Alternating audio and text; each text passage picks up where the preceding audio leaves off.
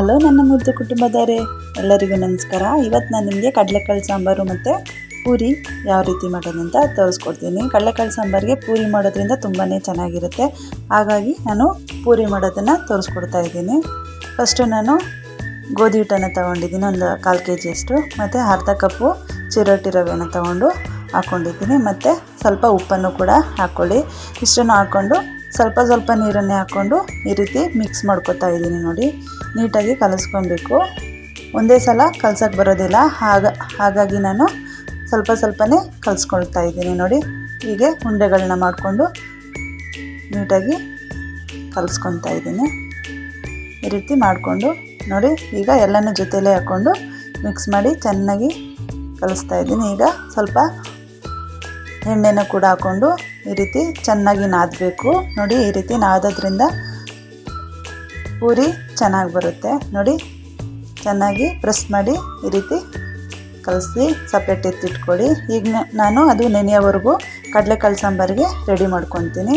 First ಒಂದು ಬಾಣಲಿಗೆ ಎಣ್ಣೆನ ಹಾಕ್ಕೊತಾ ಇದ್ದೀನಿ. ಎಣ್ಣೆ ಹಾಕ್ಕೊಂಡು ಕಟ್ ಮಾಡಿ ಇಟ್ಕೊಂಡ್ರಂಥ ಈರುಳ್ಳಿನ ಹಾಕ್ಕೊತಾ ಇದ್ದೀನಿ, ಮತ್ತು ಬೆಳ್ಳುಳ್ಳಿ ಕೂಡ ಹಾಕ್ಕೊತಾ ಇದ್ದೀನಿ. ಸ್ವಲ್ಪ ಕಾಯಿಯನ್ನು ಕೂಡ ಕಟ್ ಮಾಡಿ ಹಾಕ್ಕೊತಾ ಇದ್ದೀನಿ.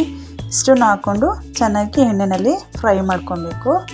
ನೋಡಿ, ಈ ರೀತಿ ಚೆನ್ನಾಗಿ ಫ್ರೈ ಆಗಬೇಕು. ಅದೆಲ್ಲ ಫುಲ್ಲು ಚೆನ್ನಾಗಿ ಫ್ರೈ ಆಗಿ ಬ್ರೌನ್ ಕಲರ್ ಬರೋವರೆಗೂ ಫ್ರೈ ಮಾಡ್ಕೊಳ್ಳಿ. ಮತ್ತು ನಾನು ಟೊಮೊಟೊನ ಕಟ್ ಮಾಡಿ ಇಟ್ಕೊಂಡಿದ್ದೆ, ಅದನ್ನು ಕೂಡ ಇದಕ್ಕೆ ಹಾಕ್ಕೊತಾ ಇದ್ದೀನಿ. ಟೊಮೊಟೊ ಸ್ವಲ್ಪ ಚೆನ್ನಾಗಿ ಬಾಡಬೇಕು, ಅಲ್ಲಿವರೆಗೂ ಎಣ್ಣೆನಲ್ಲೇ ಫ್ರೈ ಮಾಡ್ಕೊಳ್ಳಿ. ನೋಡಿ, ಚೆನ್ನಾಗಿ ಫ್ರೈ ಆಗಿದೆ. ಈಗ ನಾನು ಸ್ವಲ್ಪ ಕೊತ್ತಂಬರಿ ಸೊಪ್ಪನ್ನು ಹಾಕ್ಕೊತಾ ಇದ್ದೀನಿ. ಅದನ್ನು ಕೂಡ ಚೆನ್ನಾಗಿ ಎಣ್ಣೆನಲ್ಲೇ ಫ್ರೈ ಮಾಡ್ಕೊಬೇಕು. ಫ್ರೈ ಮಾಡಿಕೊಂಡು ಅದಕ್ಕೆ ಮಟನ್ ಮಸಾಲ ಪೌಡರ್ನ ಹಾಕ್ಕೊತಾ ಇದ್ದೀನಿ, ಮತ್ತು ಖಾರಕ್ಕೆ ಸ್ವಲ್ಪ ಖಾರದ ಪುಡಿನ ಕೂಡ ಹಾಕ್ಕೊತಾ ಇದ್ದೀನಿ. ಇಷ್ಟನ್ನು ಹಾಕ್ಕೊಂಡು ಚೆನ್ನಾಗಿ ಫ್ರೈ ಮಾಡಿ ಎತ್ತಿಟ್ಕೊಳ್ಳಿ ಆರೋವರೆಗೂ. ಈಗ ನಾನು ಒಂದು ಕುಕ್ಕರ್ಗೆ ಎಣ್ಣೆನ ಹಾಕ್ಕೊಂಡು ಸಾಸಿವೆನ ಹಾಕ್ಕೊತಾ ಇದ್ದೀನಿ.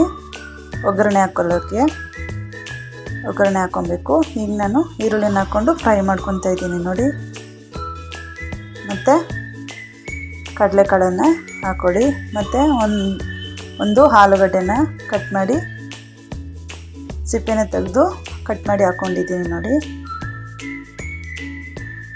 ಮತ್ತು ರುಬ್ಬಿರೋಂಥ ಮಸಾಲೆನ ಈಗ ನಿಮಗೆ ನೀರೆಷ್ಟು ಬೇಕು ಅಷ್ಟು ನೀರನ್ನು ಹಾಕ್ಕೊಂಡು ಮಿಕ್ಸ್ ಮಾಡ್ಕೋಬೇಕು. ನೋಡಿ, ಈ ರೀತಿ ಹಾಕ್ಕೊಂಡು ನಾನು ಮಿಕ್ಸ್ ಮಾಡ್ಕೊತಾ ಇದ್ದೀನಿ. ಮತ್ತು ಮಿಕ್ಸ್ ಮಾಡಿಕೊಂಡು ರುಚಿಗೆ ತಕ್ಕಷ್ಟು ಉಪ್ಪನ್ನು ಕೂಡ ಆ್ಯಡ್ ಮಾಡ್ಕೊಳ್ಳಿ. ಇದನ್ನು 2 ವಿಸಿಲು ಹಾಕ್ಕೊಬೇಕಾಗುತ್ತೆ. ಈಗ ನಾನು ಪೂರಿ ಕಲಸಿಟ್ಟಿದ್ದಲ್ಲ, ಅದು ಕೂಡ ರೆಡಿಯಾಗಿದೆ. ಈಗ ನಾನು ಪೂರಿಗೆ ಹೊಸ್ಕೊತಾ ಇದ್ದೀನಿ. ನೋಡಿ, ಈ ರೀತಿ ಚಿಕ್ಕ ಉಂಡೆಗಳನ್ನ ಮಾಡಿಕೊಂಡು ಹೊಸ್ತು ಸಪ್ರೇಟಾಗಿ ಇಟ್ಕೊಂಡಿದ್ದೀನಿ. ನೋಡಿ, ರೆಡಿಯಾಗಿದೆ. ಈಗ ಎಣ್ಣೆ ಕಾಯೋದಕ್ಕೆ ಇಟ್ಟಿದ್ದೀನಿ. ಎಣ್ಣೆ ಕೂಡ ಕಾಯ್ತಾ ಇದೆ. ಈಗ ನಾನು ನೋಡಿ ಹೊಸ್ತಿರೋಂಥ ಹಿಟ್ಟನ್ನು ಸಣ್ಣದಾಗಿ ಕರೆದಿಟ್ಕೊತಾ ಇದ್ದೀನಿ. ಪೂರಿ ನಿಮ್ಗೆ ಎಷ್ಟು ಅಗಲ ಬೇಕೋ ಅಷ್ಟು ಅಗಲ ಹೊಸ್ತಿಟ್ಕೊಳ್ಳಿ. ನೋಡಿ, ಚೆನ್ನಾಗಿ 2 ಕಡೆ ಬ್ರೌನ್ ಕಲರ್ ಬರೋವರೆಗೂ ಬೇಯಿಸಿಟ್ಕೊಳ್ಳಿ. ನೋಡಿ, ಚೆನ್ನಾಗಿ ಬೆಂದಿದೆ. ಈಗ ನಾನು ಪೂರಿನ ಮಾಡಿ ಎತ್ತಿ ಸಪ್ರೇಟಾಗಿ ಇಟ್ಕೊತಾ ಇದ್ದೀನಿ. ಈ ರೀತಿ ಬ್ರೌನ್ ಕಲರ್ ಬರಬೇಕು, ಅಲ್ಲಿವರೆಗೂ ಚೆನ್ನಾಗಿ ಎಣ್ಣೆನಲ್ಲೇ ಕರೆದಿದ್ದೀನಿ. ಈಗ ನೋಡಿ, ನಾನು 2-3 ನಿಮಗೆ ತೋರಿಸ್ತಾ ಇದ್ದೀನಿ. ನೋಡಿ, 2-3 ಮಾಡಿ ಎತ್ತಿಟ್ಕೊತೀನಿ.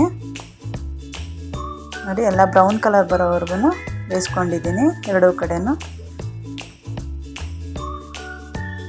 ರೆಡಿಯಾಗಿದೆ.